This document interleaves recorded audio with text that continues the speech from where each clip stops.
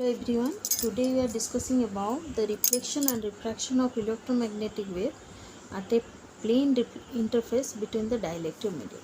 Suppose you have to consider this is a plane interface which is along the x-axis and the reflection and refraction is occur here at the z plane.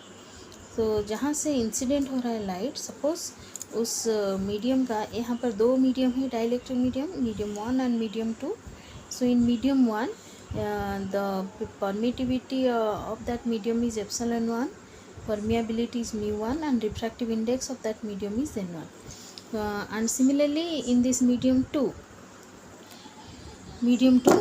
permittivity is epsilon 2, permeability is mu2 and refractive index is n2. So suppose ये एक incident light wave है जिसका wave vector क्या है, के आई है. वो कितना एंगल ऑफ इंसिडेंट कर रहा है, दैट इज़ थीटा आई. तो जब लाइट इंटरफेस में स्ट्राइक करता है तो वहाँ पर क्या होता है, some part is refracted and some part is transmitted. Both the mediums are transparent medium, so here the some part is refracted and some part is reflected. So the light which is reflected light wave, that is wave vector is represented by kr, and the light which is transmitted or refracted, suppose its wave vector is kt. So angle of reflection is here theta r, angle of transmission or refraction is suppose theta t. So इसको हम कैसे लिखेंगे, let us choose electric field. This is the light which is the electric field. Choose the electric field vector of that plane of electromagnetic wave. Electromagnetic wave का wave vector electric field vector, that is E0 e to the power I kr minus omega t. So यहाँ पर क्या होगा, all the lights are electric field light. So for incident wave हमने इसको क्या लिखा, that is ei equals to E0 i e to the power I k i, क्योंकि इसका वेव वेक्टर क्या है, के आई है. तो दिस इज के I dot are minus omega I T. Suppose this is equation 2 and this is equation 1. Similarly for reflected light wave you can write in the similar manner of incident light, except ei oi you can write down, that is or, and in place of ki you will write down, that is kr, and in place of omega I, that is omega. This is equation 2. Similarly for the transmitted wave you have to write the same form, except जहाँ पर I और R था वहाँ पर आप लोग T लिखेंगे. This is equation number 4. Okay, so for the boundary condition, यहाँ पर कुछ बाउंड्री कंडीशन है. क्या है, यहाँ पर एप्सिलॉन 1 है, म्यू 1 है, n1 है, एप्सिलॉन 2 म्यू 2 n2 है, और ये मीडियम भी चेंज हो रहा है. यहाँ पर मीडियम 1 टू मीडियम 2 लाइट जा रहा है. तो for the boundary condition that the tangential component of E is continuous across the interface between the media. Means यहाँ पर क्या हो रहा है, लाइट एक जो इलेक्ट्रिक वेव है और इलेक्ट्रोमैग्नेटिक वेव है, वो लाइट क्या हो, एक टेंजेंशियल कंपोनेंट है. Tangential component at the interface is not break, that is a continuous function. So as this, that is a continuous function, means at the interface electric field tangential component plus electric field incident tangential component and electric field reflected tangential component का summation क्या होगा, that is equals to medium to electric field tangential component. So वही हम लिखेंगे, because your tangential component of electric field is a continuous function at the interface. So इसका मतलब क्या है, ई आई टेंजेंशियल प्लस ई आई मतलब इंसिडेंट इलेक्ट्रिक फील्ड का tangential component plus reflected electric field का tangential component, that's equals to transmitted electric field का tangential component. So हमें E आई का वैल्यू पता है, ई आर का वैल्यू पता है और ई टी का वैल्यू पता है. वही वैल्यू हम यहाँ पर पुट करेंगे, सिर्फ मैग्नीट्यूड की जगह पर टेंजेंशियल लिखेंगे. अदरवाइज ये जो एक्सपोनेंशियल फॉर्म है वो सेम रहेगा. ओके, सपोज हमने यहाँ पर इसको इक्वेशन 5 दे दिया. So the above equation, the property that the position and time are independent of that equation. तो यहाँ पर क्या पता है, देखो एक्सपोनेंशियल ये जो टर्म है, एक्सपोनेंशियल टर्म में ये है पोजीशन कंपोनेंट और ये time component, both are independent from each other. मतलब टाइम कंपोनेंट में पोजीशन का कोई फैक्टर नहीं है, पोजीशन कंपोनेंट में टाइम का कोई फैक्टर नहीं है. मतलब both the exponential for the exponential term for the position and time both are independent in this equations. So अगर इंडिपेंडेंट है तो फिर इंसिडेंट लाइट का जो omega I T that's equals to, क्योंकि ये कंटिन्यूस फंक्शन है, तो omega I T equals to omega T that is equals to omega T T. So अगर मैं सबसे टी को कैंसिल कर दूँ तो मुझे क्या मिलेगा, omega I equals to omega R equals to omega T. Suppose मैंने इसको कंसिडर कर दिया that is omega. So all the three waves have the same frequency. हमें यह क्या पता चल रहा है, ऑल द थ्री वेव्स मतलब इंसिडेंट वेव, रिफ्लेक्टेड वेव और ट्रांसमिटेड और refracted wave all are have the same frequency. Similarly again if you take the position component exponential में क्या है, के आर है, तो ये क्या होगा, दैट इज के आई आर, जहाँ पर z इक्वल्स टू जीरो है। इंसिडेंट ये जो इंटरफेस है यहाँ पर z का जो कंपोनेंट है वो क्या होगा, जीरो होगा। तो यहाँ पर K R Z equals to zero, K R I R Z equals Z zero, ये तीनों क्या होंगे, सेम होंगे, because your electromagnetic wave is continuous at the interface. क्योंकि एट द इंटरफेस जेड का कंपोनेंट जीरो है, मतलब के डॉट आर में क्या रहेगा, एक्स और वाई रहेगा। सो दैट इज के आई एक्स डॉट एक्स, के आई वाई डॉट वाई प्लस के that is equals to K R x x plus के आर वाई वाई प्लस के टी एक्स एक्स एंड के टी वाई वाई। ओके, सो अगर हम तीनों में सिर्फ एक्स कंपोनेंट को कंसिडर करें दैट मीन्स के I X equals to K R X equals to K T x, that is suppose equation 6। वैसे ही अगर वाई कंपोनेंट को इक्वेट करें तो कंटिन्यूस होगा, मतलब इंसिडेंट का जो वाई कंपोनेंट, रिफ्लेक्टेड का जो वाई कंपोनेंट और ट्रांसमिटेड का जो वाई कंपोनेंट के का रहेगा वो सभी सेम होंगे। But at the interface Z equals to zero, at the interface Z क्या है, वहाँ पर इंटरफेस तो एक्स में हो रहा है, एक्स एक्सिस में हो रहा है। सो इंटरफेस में जेड है, यहाँ पर जीरो है, जेड कंपोनेंट जीरो है। But the incident beam, but ये जो इंसिडेंट बीम है यहाँ पर, ये जो इंसिडेंट बीम है वो कौन से प्लेन में है, जेड एक्स और जेड प्लेन में है। ये क्या है, ये जेड एक्सिस है, ये एक्स एक्सिस है। तो इंसिडेंट प्लेन हमारा क्या है, एक्स और जेड प्लेन में है, लेकिन eight the interface z equals to 0. That does not mean that your wave will not exist in the xz plane. Okay, so wave is present in xz plane. That means y component वहाँ पर नहीं रहेगा।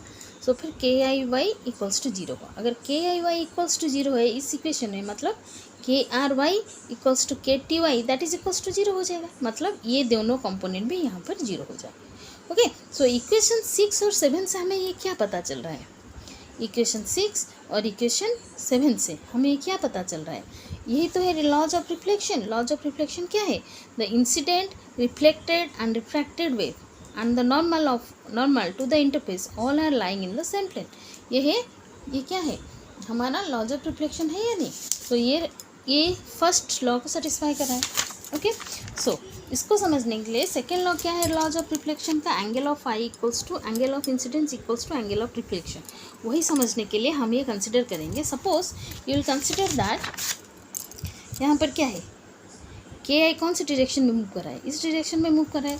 सो ये क्या है, resultant vector है, ये एक वेक्टर है, क्या वेव वेक्टर है, तो वेव वेक्टर कौन सी डायरेक्शन में मूव कर रहा है। सपोज मैंने उसको इस तरह रिप्रेजेंट किया, के आई। अगर ये रिजल्टेंट वेक्टर है मतलब इसका दो कंपोनेंट रहेंगे। ओके, अगर हम ट्रायंगल लॉ अप्लाई करेंगे तो ये रिजल्टेंट वेक्टर हुआ, मतलब इसका इंडिविजुअल वेक्टर रहेगा।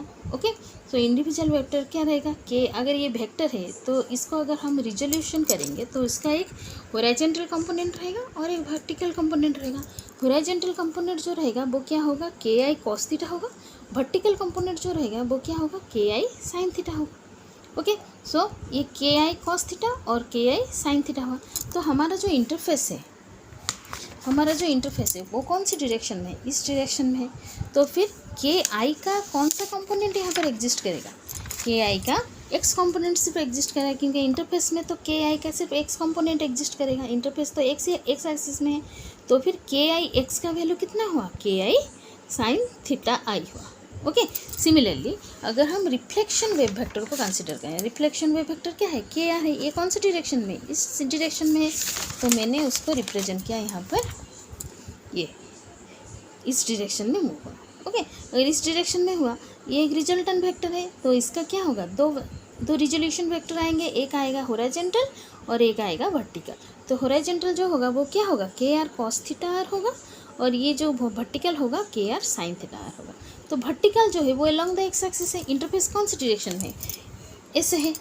तो यहाँ पर जो वर्टिकल कंपोनेंट क्या है, K R sine theta are है, तो वही हो गया तुम्हारा के आर एक्स का वैल्यू। ओके, सिमिलरली अगर हम ट्रांसमिटेड वेक्टर को कंसिडर करें, ट्रांसमिटेड वेक्टर कौन सी डायरेक्शन में, इस डायरेक्शन में है, तो यहाँ पर ट्रांसमिटेड वेक्टर क्या हुआ, ये हो गया हमारा ट्रांसमिटेड वेक्टर। ओके, तो इसका वर्टिकल हॉरिजॉन्टल कंपोनेंट ये हो गया के T cos theta theta T, और ये हो गया के टी साइन थीटा टी। हमारा जो इंटरफेस है वो कौन सी डायरेक्शन में, इस डायरेक्शन में, ऐसा है, तो इसका सिर्फ वर्टिकल कंपोनेंट रहेगा, दैट इज के टी साइन थीटा टी, जो किसका वैल्यू है, के टी एक्स का वैल्यू है। ओके, सो हमें क्या पता है, हमने इक्वेशन 6 से हमें क्या मिला है, के I X equals to K R x. Okay, सो के आई एक्स का वैल्यू हमें यहाँ से क्या मिला, के आई साइन थीटा आई मिला, के आई साइन थीटा आई मिला, और के आर एक्स का वैल्यू कितना मिला, K R sine theta R मिला। ओके, ओके, सो हम यहाँ पर क्या लिख सकते हैं, since K I and K R in the same medium, K I और के आर क्या है, इंसिडेंट वेव का वेव वेक्टर है, के आर क्या है, रिफ्लेक्टेड वेव का वेव वेक्टर है, दोनों ही एक ही मीडियम है, that is in the medium one, as they are placed in the same medium, so they are equal, मतलब K I equals to K R हो गया। ओके, अगर इस इक्वेशन में K I equals to K R हो गया, तो मतलब sine theta I equals to sine theta R हो गया। अगर दोनों को मैंने के पुट कर दिया, के आई की जगह पर के पुट कर दिया, के आर की जगह पर के पुट कर दिया, तो दोनों साइड से के कैंसिल हो जाएंगे, तो हमें कितना मिला, sine theta I equals to sine theta R. Okay, so फिर that means theta I equals to theta R, तो यही तो है angle of laws of reflection, so that is the angle of incident is equals to angle of reflection which is the law of reflection. Second law भी यहाँ पर हमारा satisfy हो गया। अच्छा, अभी हम देखेंगे लॉज ऑफ रिफ्रैक्शन सेटिस्फाई कर रहा है या नहीं। फर्स्ट लॉज ऑफ रिफ्लेक्शन तो सेटिस्फाई हो गया, angle of incident ray, reflected ray and refracted ray all are lying in the same plane, and that plane is perpendicular to the normal of and that plane is perpendicular to the normal of incident. So this is the equation number 6. So again you will consider the equation number 6. equation number 6 को पहले हमें consider किया equation 6 हमारा क्या था, this is equation number 6, K I X equals to K R X equals to K T X. पहले हमने ये वाला फर्स्ट पार्ट को कंसिडर करके प्रूव कर दिया थी, angle of incident equal to angle of reflection. अभी हम क्या कंसिडर करेंगे, theta K I X equals to K T X, equation 6 का हम कंसिडर करेंगे। तो वही हमने यहाँ पर कंसिडर किया, दैट इज के I X equals to K T x. Okay, के आई एक्स का वैल्यू कितना मिला था हमें, के आई साइन थीटा आई मिला था, के टी एक्स का वैल्यू हमें क्या मिला था, के टी साइन थीटा टी मिला था। ओके, सो हम यहाँ पर सिंगल इलेक्ट्रोमैग्नेटिक वेव को कंसिडर कर रहे हैं, तो सिंगल इलेक्ट्रोमैग्नेटिक वेव का फेज वेलोसिटी हमें पता है, फेज वेलोसिटी भी इक्वल्स टू ओमेगा बाई के, हमें ये पता है, तो के कितना हुआ, ओमेगा बाई भी हुआ। ओके, तो भी क्या है, फेज वेलोसिटी है। अगर भी फेज वेलोसिटी है तो फेज वेलोसिटी का परमिटिविटी और परमियाबिलिटी के साथ कुछ रिलेशन है, दैट इज भी को हम क्या लिख सकते हैं, 1/√म्यू एप्सिलॉन लिख सकते हैं। ओके, तो यहाँ पर के कितना हुआ, यहाँ पर के इक्वल्स टू ओमेगा इंटू, ये ऊपर चला जाएगा, ओमेगा इंटू √म्यू एप्सिलॉन हो गया। Okay, so in the above equation, कौन सा इक्वेशन, ये वाला जो इक्वेशन है, यहाँ पर इस इक्वेशन को थोड़ा हम मॉडिफाई कर देंगे, that is sine theta I by sine theta T को, साइन थीटा टी को इस साइड ले आते हैं, के आई को इस साइड ले आते हैं, तो क्या होगा, sine theta I by sine theta T is equals to K T by K I, K T by K I. Okay, so sine theta I by sine theta T equals to कितना हुआ, जहाँ पर के T है, ये के का value क्या हुआ, ओमेगा √म्यू एप्सिलॉन हुआ। के टी कौन से मीडियम है, मीडियम 2 में है, तो वहाँ पर हमारा जो मीडियम 2 हो या फिर मीडियम 1 हो, हमें क्या मिला था, angular frequency for incident ray that's equals to angular frequency of reflected ray that's equals to angular frequency of refracted ray. So सभी का एंगुलर फ्रीक्वेंसी सेम है, तो वहाँ पर के आई की जगह पर मैं क्या लिख सकती हूँ, ओमेगा इंटू के आई कहाँ पर है, मीडियम 1 में है, सो √म्यू1 एप्सिलॉन 1, और के टी किस में है, मीडियम 2 में है, सो ओमेगा इंटू √म्यू2 एप्सिलॉन 2। ओके, तो वहाँ पर हम क्या करेंगे, वही वैल्यू मैंने यहाँ पर पुट किया, और यहाँ पर क्या हुआ, ओमेगा कैंसिल हो गया, तो बाकी क्या बचा, that is sine theta I by sine theta T equals to √म्यू2 एप्सिलॉन 2 √म्यू1 एप्सिलॉन। ओके, सो हमें रिफ्रैक्टिव इंडेक्स और म्यू और एप्सिलॉन के बीच में रिलेशन क्या पता है? Refractive index eta 1 equals to root over of mu 1 epsilon 1 and eta 2 और n2 that is root over of mu 2 epsilon 2. Okay, so in place of mu 2 epsilon 2 root over of mu 2 epsilon 2 I can be put n2 that is refractive index of second medium और mu 1 epsilon की जगह पर root over की जगह पर मैं क्या put कर सकती हूँ n1. ये क्या हुआ? Refractive index of second medium by refractive index of first medium. ये क्या है? म्यू हुआ. तो वही तो है स्नेल्स लॉ और second law of laws of refraction, that is sine of angle of incident by ratio of sine refractive index is equals to sine of angle of incident by sine of angle of refraction, जो कि मैंने यहाँ पर theta T में represent किया है.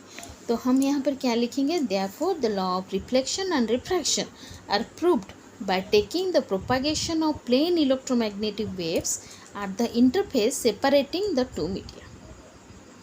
Okay, समझ में आया? Thank you.